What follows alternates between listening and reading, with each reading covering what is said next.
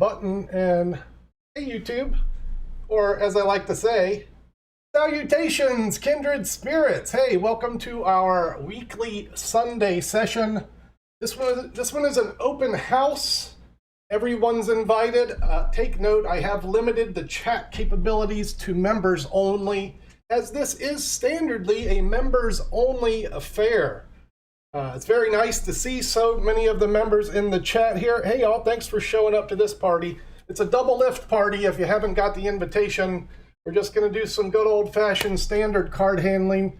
I chose this topic because it is one that I get requested probably more than any other. People always want to talk about the double lift, and this is another reason that I decided to make this an open house, kind of share this knowledge and hopefully give some students, some kindred spirits, some information that I think might serve you of value. Let me give you a brief list here. Look what I intend to go over here. There's no official graphics for this event, but here's one if you want to take a look and maybe see what's going to be coming up as this half hour goes on. And yeah, it's a half hour, so we got about 10 topics to cover, and I'm planning on spending a couple of minutes on each one. Today is a learning experience for me as we look at this weird lighting coming in. I learned that at 5 o'clock, the sunlight comes right through my, it's a sun window up high I can't get to, so I can't change this lighting. You might have noticed my cameras have changed, and this is why, and I think we're going to stick with this view here. Let me take one look at the chat and say greetings and salutations, Bear and Jake. Double thanks to Jake with that very kind super chat pre-stream. Always nice to open the stream to find that's happening. And Bear, Jake, is it Crawdini? Crawdini? Are you Cajun? All right, so here we go. We're talking about the double lift. We'll be using standard red bikes for this demonstration. Really my go-to deck in most working conditions. This is my favorite pack of cards, so when I'm working au naturel, as we will be for the next half hour, this is the deck I choose. All right, so we're talking double lifts. The first thing you need to do for any double lift is get a break under those top two cards. Let me rephrase that. That's not the first thing you always have to do, and I will be discussing methods where you don't have to get a break for the double. We're going to talk about some of those, but to open this discussion, we're going to talk about methods that use a break. So to get the break, you can do anything but this as far as I'm concerned. Anything except lift up with your thumb on those two cards. This is not the way to obtain a break. That is probably the worst way you can do it. I see a lot of magicians use it. Hey, sometimes I have to myself. I get guilty of using it, and then I give myself demerits after the session. But this is an action your audience can see. It's a lifting up action, and quite often it's predominantly displayed in the spectator's frame of view, right? Both hands come together, your thumb's lifting up. This is something people can see. So let's take this out of our card repertoire. No more lifting up with the thumb. That's lesson one. So now we're going to need to develop strategies that let us get this break. Probably the best one is to get it casually. Maybe you're doing a trick where someone has selected a card. Well, if they're picking the card, think ahead, and as you spread the deck, in-jog the second card. Get a head start. So now have the selection made. And now look what you can do as you square the spread. You've got your in-jog ready. You can just gently push that in and put your little finger. Let me get this. That's a little finger break if you don't know. And let me say this as well as I go over this information. Let me talk to you here. I'm going to not focus on the breaks. I am going to talk a little bit about the pinky count. I do have a video that covers all of these topics. So if you want more of a training session, there's a link in the description to this video on breaks and pinky count. So that's a reference for you. You might want to check out after this. So we're establishing breaks and natural motions. Maybe the cards are just casually squared, squared as we obtain the break, or perhaps even during a shuffle. Just please try not to lift up with your thumb. This is, if you get nothing out of this session beyond that, lesson one, don't do this. So what do you advocate more than anything else, Mr. Conn? Well, let me step up here and tell you. I advocate the pinky count. So the pinky count is releasing cards off the tip of your pinky at the corner of the deck, one at a time. With practice, let me get this in better frame here. With practice, you can develop this to a deep pinky count. I'm going to advocate that the student practices this to learn, I would say 5. 1, 2, 3, 4, 5. This is a good number of cards to be able to count. And again, there's a detailed tutorial on this, but basically the deck is beveled. I've got some pressure with my thumb, and then I'm just releasing the cards off the tip of my pinky, one at a time. This is the pinky count. And this is not a gimme. This is not an easy move. It's one of the harder moves in the world of card magic. Also one of the most rewarding moves in all of card magic, because this is going to eliminate every bit of this lifting up the thumb. In fact, this will allow you to obtain your break with one hand.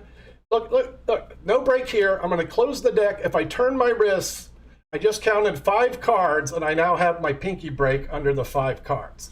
So it can be done that efficiently, that invisibly, and certainly if you're doing a double lift, well, this is a great technique. Just a little misdirection allows you to go bing, bing, get that break under the 2, and now you're ready to proceed.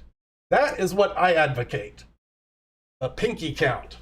All right, onward, let's talk lifts. We've got our breaks. What are we going to talk about first? Well, the first one we're going to talk about is maybe the best one, this thing. This is going to make a lot of kindred spirits cringe. People think that this is bad technique, but this is not bad technique. I've got my break under 2. It's very feasible to lift a card and show it to your audience in this fashion. Now, this is not the preferred way to do this, but this is an easy way to do it that you can obtain immediately after getting the break. All you do is lift from the top. This is biddle grip. Your thumb at the back, fingers at the end. Lift at the top and biddle grip, and then display the card to your audience. And then, under the correct pretense, and this is an important step, the correct pretense of placing the card down, then you deal the single card off to the table. So, for example, I might do this. Here is the card we'll use. What is it? The Jack of Spades. Sir, would you hold out your hand for me? So I have to put the card on the deck as I demonstrate the process. Thank you, sir. Here's the card. So this is what I mean by pretense. We need a reason to put the card back on the deck, ideally. This is an ideal world I'm talking about. So that's easy method 1. If you want to do this the best way, you're going to want to pick up the card at the corner and display it in this fashion. It's a more natural way. It's a more natural, yeah. This is not as natural as this. Okay, so, and no, this is something Chris Kinner talked about in his recent masterclass on Vanishing Ink. I'm kind of echoing some of his sentiments here, but certainly things that I felt are true through my life. But those are the easy methods. Just lift it up and show it to them. Really what works is the proper presentation here, the presentation that makes the pretense make that method fly by. All right, there's the easy way. Let's start talking about the goods. And to do that, what's first on our list here? Well, there it is, the Vernon push-off. The die Vernon push-off. This is meant, getting my break, this is meant to emulate pushing a single card off the top of the deck. And for me, this is what the die Vernon push-off looks like. It's a double card coming off the top, and I execute this first by getting my little pinky break.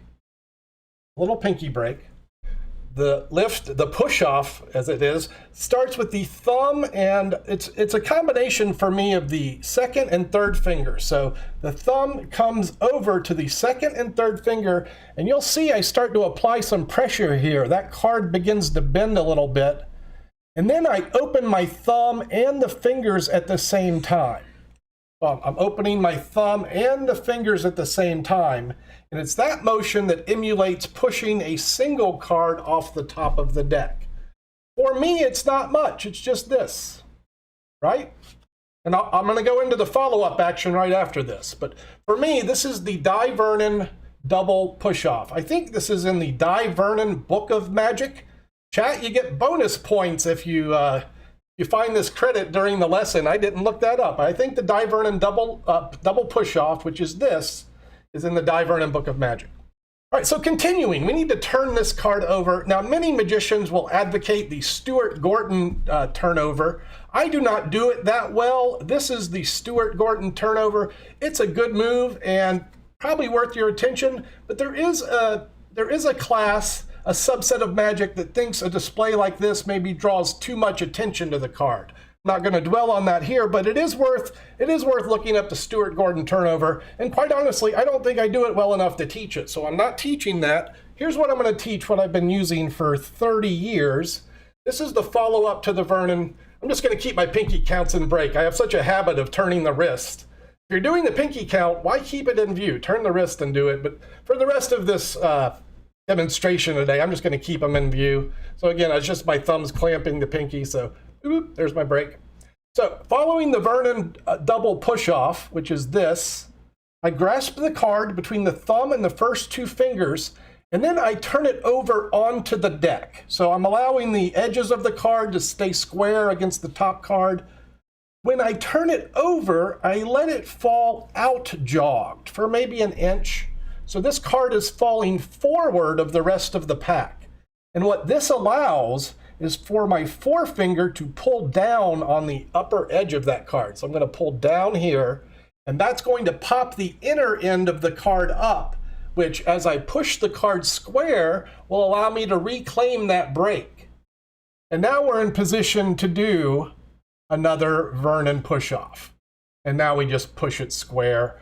And just briefly one more time, and I've got 10 topics to cover. I don't want to be on the Vernon push-off all day, but there's the break. The thumb comes together with the second and third fingers. The hand opens up. This drags along the deck, turns the card over out jogged.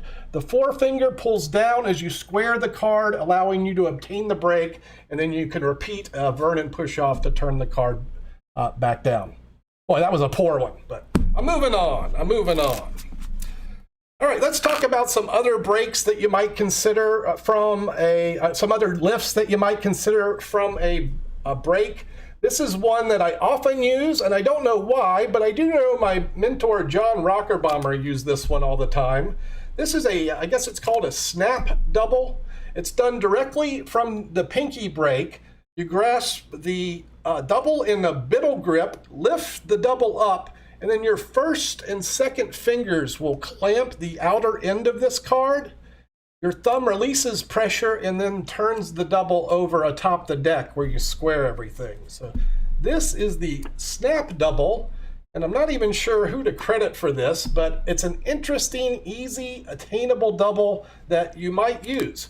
And no, there is different reasons to use all of these. I'll try to touch base on why you might choose one move over another. But I don't think that knowing one or even two or even three double lifts is enough. You probably need 4 or 5. There's simply too many different conditions that you're going to be in. Like sometimes you'll be doing walk around and you're going to do ambitious where everyone is looking here.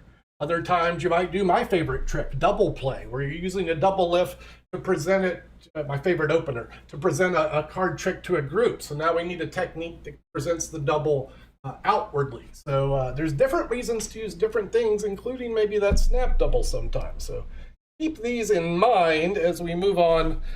And I wanted to mention this one. The next two for sure. These are not in my repertoire, but they are definitely worthy of your radar. The first one is a strike double lift. Let me see if I can do one here. This is nope. This is a strike double lift. There's one. That was horrible. But let me just tell you the idea as I butcher it. The strike double lift is to bevel the deck slightly and use your finger to pick up 2 cards at the edge on the fly. So you pick up the 2 cards as your finger lifts. So no break. This is one of the no break doubles that I talked about. Just a little bevel. Yeah, Jake's talking about it now. Jake is talking about it in the chat. So yeah. And this is definitely a valid, and he's foreshadowing the Jennings. Jake, you're foreshadowing the Jennings lift that's on the list.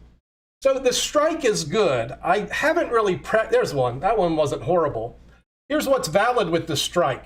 Reclaiming the break. So if you're going to do that strike method, consider the out jog reclaim to get a pinky break to maybe do it again. Expert card technique, if I'm not mistaken, for the strike double. Yeah, yes, Jake, you have good taste in doubles. It's a good one. Another one that is a non-break double. This is I studied Steve Drawn's technique more than anyone, but Brother John Hammond probably ushered this idea in. And we're going to talk about Brother John when we get to some small packet doubles. I'm going to talk about small packet doubles. But this is the idea of just pushing over 2 cards. And the idea is to push them as squarely as you can. It won't be exactly square, right? But you want to start pushing almost as though you're doing a push-off second deal. So you're pushing 2 cards off the top. And then as the hands come together, you square that double at the fingertips, okay? So push 2, square it at the fingertips, and then turn the double face up atop the pack. And this is, I guess, really Brother John Hammond's concept of a push-off double. But boy, the Steve Drawn book, which is a glossed-over book, Secrets Drawn from the Underground by Steve Drawn. Richard Kaufman published it. Kaufman might have wrote it. But if you like card magic, in particular, if you like gambling stuff, there's some great gambling. But there's also great magic in that book. So there's an inside tip. Read Steve Drawn's Drawn from the Underground. Or is it Secrets from the Underground? You don't know. You don't know now. All right, so here's what Jake was talking about. And let me get a little swig here. Yeah, I'm hoping to have a couple of gems here as we move towards the end that some of you guys might not be familiar with. But before we run, we have to walk, as they say. And I do have some viewers here today that are not up to speed on some of these card moves. So I do want to educate the beginner as we move onward to some of the more esoteric handlings. And here is one of them. This is the Larry Jennings technique. In no way, shape, or form is it meant to be viewed from this angle, but this is what it is right here. Boop. The Larry Jennings double lift is done thusly. The thumb counts from the outer left corner 1, 2 cards, and then the forefinger is inserted right next to that. The thumb then moves on to the upper side of the outer left corner and pushes down, popping the right side of the card up, which allows you to do the double lift. Now, this can be done briskly and with misdirection, but if I'm going to advocate using this move, I'll advocate it in a stand-up position. Maybe I'm addressing my audience from this direction so I can get the thumb break here where it's not going to be in the audience's line of sight. Now as the hands come together, I execute that double lift. And so for me, this is going to be more of a move where I'm doing this kind of thing right here. And again, notice I go back automatically to this out jog reclaim. There's other options. There are things like double, like you can unload a double on the fly. Let me tell you folks, this session could be an hour and a half. I really had to self-edit the things I wanted to talk about today. I'm going to try and stick on topic. We're 20 minutes in and about 4 or 5 more things to cover. So let's keep talking. I hope you got the idea with the Jennings break there. This is, I feel like I'm playing musical cameras. Again, just riffling 1, 2 with the thumb. Put your forefinger in that space. Pull down with your thumb on the top of that, and that edge will pop up on the right side, allowing you to turn the double over. Okie, so there's some good standard methods for the doubles from a deck. Let's talk about some doubles from a small packet. So I'll just get 4 cards here. And here's that sun blaring in. Let me move up here to this angle so the lighting's just a little bit better. All right, so let me talk first of all, when we're dealing with a small packet, I did briefly want to mention the buckle. And let me I'm ignoring chat for a moment. Let me take one moment to make sure I'm not missing any pertinent questions. Because look, one of the advantages to these Sunday sessions, which are generally members only, is to give you guys, the people that take the time or share a few bucks with me. Let me mention here. Pardon me for just a second. Where is this? Here's my members. For those that don't know, here's the skit. It's $1 to get access to this and some other things. You get badges, emojis, and Sunday sessions. $5 a month get you my advanced tutorials. I think I have 15 there now, maybe 16. Add more every week. Trying to do 2 or 3 a month at least. And then at the higher level, for 20 bucks a month, you get an option to do a live one-on-one session. Or maybe you just want to share your wealth with me. All of these are fine reasons to join the memberships. And with that news out of the way, yeah, chat.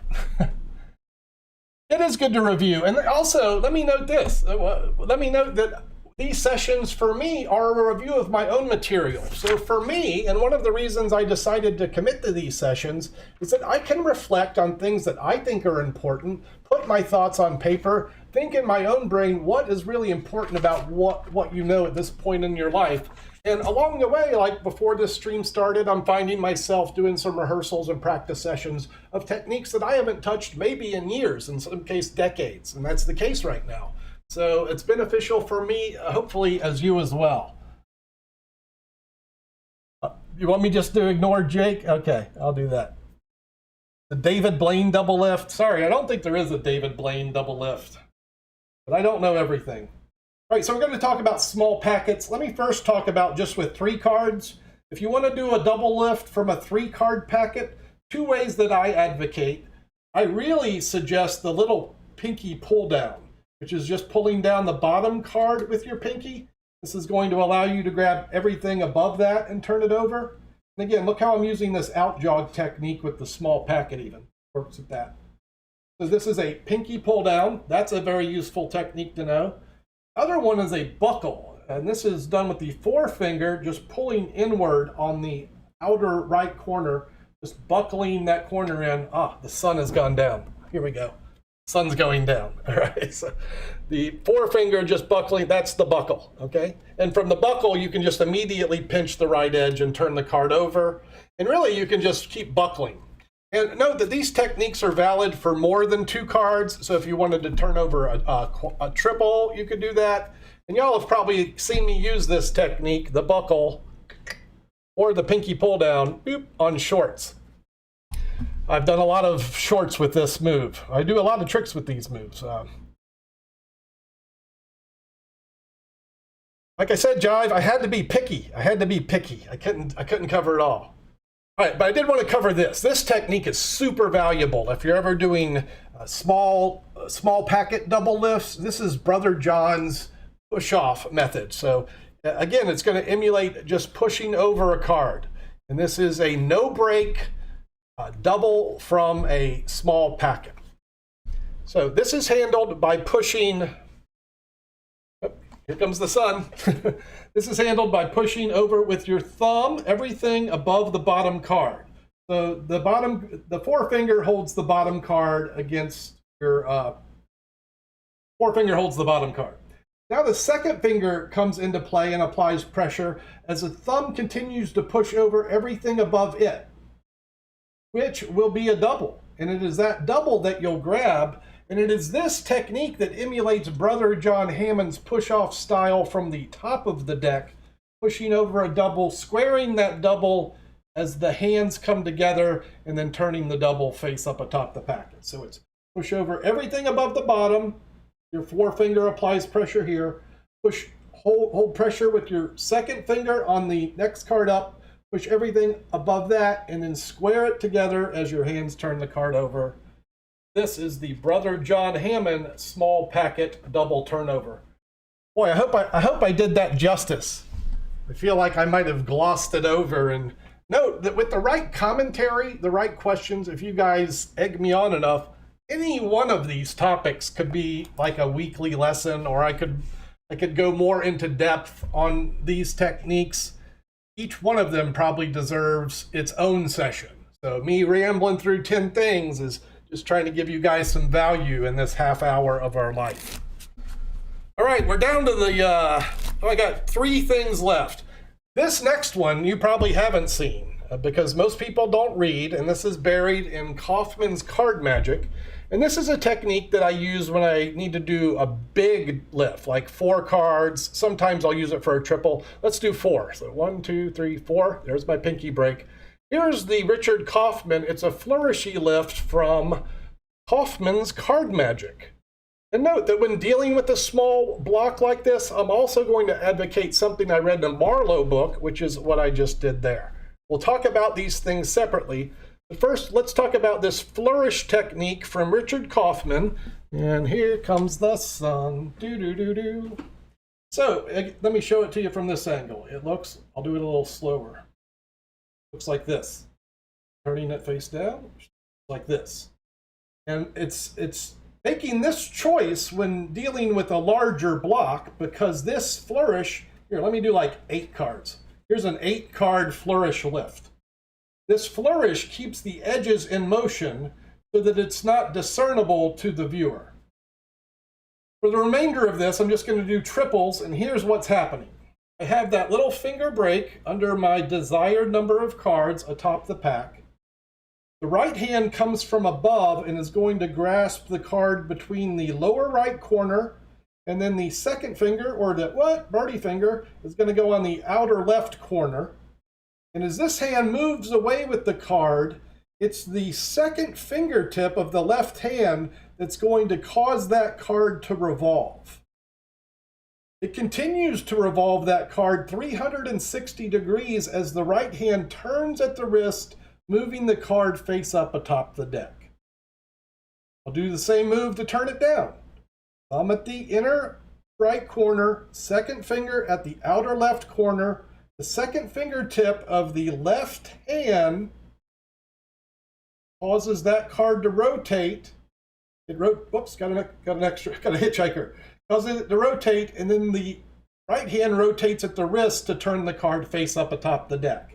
And if you can't get this now, I hope you can get it on a rewatch of this exhibition. So, as I was saying, when dealing with multiples, and let's say we're just doing 4, and let me talk just a little bit here about Ed Marlowe's ambitious card routine, which I read in Randy Wakeman's Special Effects. Randy Wakeman has some great books with some wonderful commercial Marlowe material. That's the key. Randy would cherry pick the good stuff and put the commercial things. Get some Randy Wakeman. But in this book, Special Effects, he describes Marlowe's ambitious card routine, where Marlowe uses this technique repeatedly to do 5 lift. I mean, he might start with 6 cards, but the lift is this. Here's what the lift looks like. No breaks, but here it is. That's the lift. So there's the quad I talked about atop the deck. And what Marlowe advocates here is just loosely grasping the top, letting everything below that natural break fall into your hand. And this will leave you with that block of whatever it is. You know, I think Marlowe might have started with like 6. So I'll give you an example here. Maybe he says like, look, watch the King of Spades. I'm going to put it into the middle of the deck. If you missed the lesson on Daryl's convincing tilt, that's what that is. And now we got to turn it over face up first. And as I turn it over, this puts a natural bend in the cards. So now that 6-card turnover, as you can maybe see it, a little natural bend in the top. There it is. There's that natural bend. So if I just hold the right pressure and let everything below it drop, I can flip that double face down. And now I can repeat this procedure, if I can pinky count 5, and I can, to make this card repeatedly come to the top 6 times in a row. And that's probably too much for my taste, but it's an interesting technique. Instead of lifting the card away from the deck, you're letting the deck fall away from the double, and it's actually quite reliable. If you play with that, you might find you enjoy it. Yeah, see, we're getting to the juicy things now, the whoosh and the... All right, lastly, we're going to talk about a move of mine. Is this lastly? Yeah, here we are with 1 minute left. And this is a self-imposed time limit. Of course, I'll be here for a few minutes if you guys have any questions to ask. And let me say as well, greetings to the 50-plus viewers who've chosen to join us for this session outside of the members. I thank you all for your time and energy. Every time you spend a moment with me on this platform, it really does mean a lot to me. Thank you for being here. All right. I'm not just saying that. That's the facts. So here's a technique of mine that I learned. Let me do the technique first. I do this. I wind up the deck. You got to wind it up. And what do? I blow it right off the bat. I do all these other double lifts fine. I got to do my technique. I blow the thing. Here, try that again. Take 2. I'll fix it in the edit. You wind up the deck, just wind it up. It just takes a second to find that card. And this card could be a number of cards, but that is a double, and that is, again, not the best execution, but we're going to do it again, of the double play production. So the double play, and here I am getting a break. We're going to do 3. The double play is an effort to make a face-up card appear from the center of the deck. And this card is a multiple. So in this case, this is a triple. A little word on the origin of this. This was based on a Micah Marr flourish. Mike would palm the triple and then load the triple into the deck as he I'll just show you this. Here's the palm. This is the Joe Berg palm off the pinky into the palm to get the multiple. The thumb riffles down, and then you can insert the palm cards into the deck to get a flashy face-up reveal. So this is Micah Marr's, I think he just called this the 2-card trick production. I eliminated the palm. I do the same kind of production just by holding the upper card in biddle grip. So I'm not going to take this into a palm. I'm going to get the hands close by doing the winding the deck flourish. So I pretend to wind the deck. Then I grasp the upper double above the break in biddle grip, which is thumb at the end, fingers at the end. My thumb opens a break, and then I just rotate the hand away, and this is after winding. The thumb opens the break. I rotate the hand away and load the double into that break right from the biddle position. So it's wind up the deck, and one card pops face up out of the pack. That card is a double, and here's the real key here. Damn this sun. I'm trying to dodge the sun, guys. Here's the real key here. The push through is going to be done by the third finger, and then the second finger, and then the pinky. So first, push with your third finger. The card comes through a little bit. Push with the second finger, then the third finger, and then the pinky. That's what pushes this double through the pack. And it's this, I think, that makes the double play have a nice action. The follow through to, number one, a face-up appearance. In this casual push through, no one's ready for that card to be exchanged at that moment. And that's exactly what happens in the double play. I'll also note, as I face the sun once again, that this move can be done for big groups. I think I got 5 here, so I'm going to do a quintuple. Wind it up, one card pops out of the deck. There it is, and that's the double play technique. All right. So here, that's it. Look what we did. We did all the things. These were the things, all 10. Maybe this. Maybe one day we do the next 10. The 10 I didn't talk about today. The weirdo double stuff. I could recommend a lot of things on doubles at this point. Will I? I don't think I will. I think I will. Maybe, nah, I can talk about that. This is where I say our official program has finished. Give you guys a few minutes of chat before I turn my attention to a Sunday dinner. But you say thank you, I say thank you to you. Thank you very much. Maybe I can loosely put this members thing up here as I field any potential questions. If anyone is interested, there's a reminder. Here's some other information about me if you want to know where to find me. Oh, that's not what we move. Here, we'll just get rid of that. I'm at Conjure on TikTok. You can find me on Instagram, and I don't know why you would, but Facebook as well. I'm there. Jay, it's going to get weird. Here's the thing, guys. Here's the thing about me getting weird. I have to assume that my viewers know nothing. So I've got to tread through the basics to have a reference point for the weirdness. In other words, I don't want to be teaching advanced card magic and have to talk about the pinky break or the double lift. But now that I've done this in a video, for example, I could say reference the double lift video if you have a chance. So this is one piece of the puzzle in place, and hopefully this all accumulates to some kind of meaningful resource for a budding magician. Not the sole reason I'm here, but certainly one of them, and that's because this is what I hear from my viewers. If you guys want other things, tell me what you want. I'm listening, and I'll be happy to accommodate. Jake, good to see you on YouTube as well, my friend. Thanks for joining us here, my man. Your compliments honor me. Thank you so much, sir. All right, guys. And Jake is double tipping with the super chat. You just got it in because I'm about to hit the off button. Super thanks to the super thankers. Jake, I appreciate you, bro. So many times when you flip over the double, it's not perfectly squared and it exposes me. So this is what, hey, Damien, thanks for joining. I appreciate you joining. Thanks for joining the cause. Try that out jog double technique, bro, like I was talking about. So you're going to use, when you turn the double over, out jog it, and then it's immediately you square it with that forefinger. So this is, here I am at speed. I turn it over and immediately square it with the forefinger as I obtain that break. I do it right away. It's automatic. So try that technique. I hope it helps. Of course, all of this gets easier with time and practice.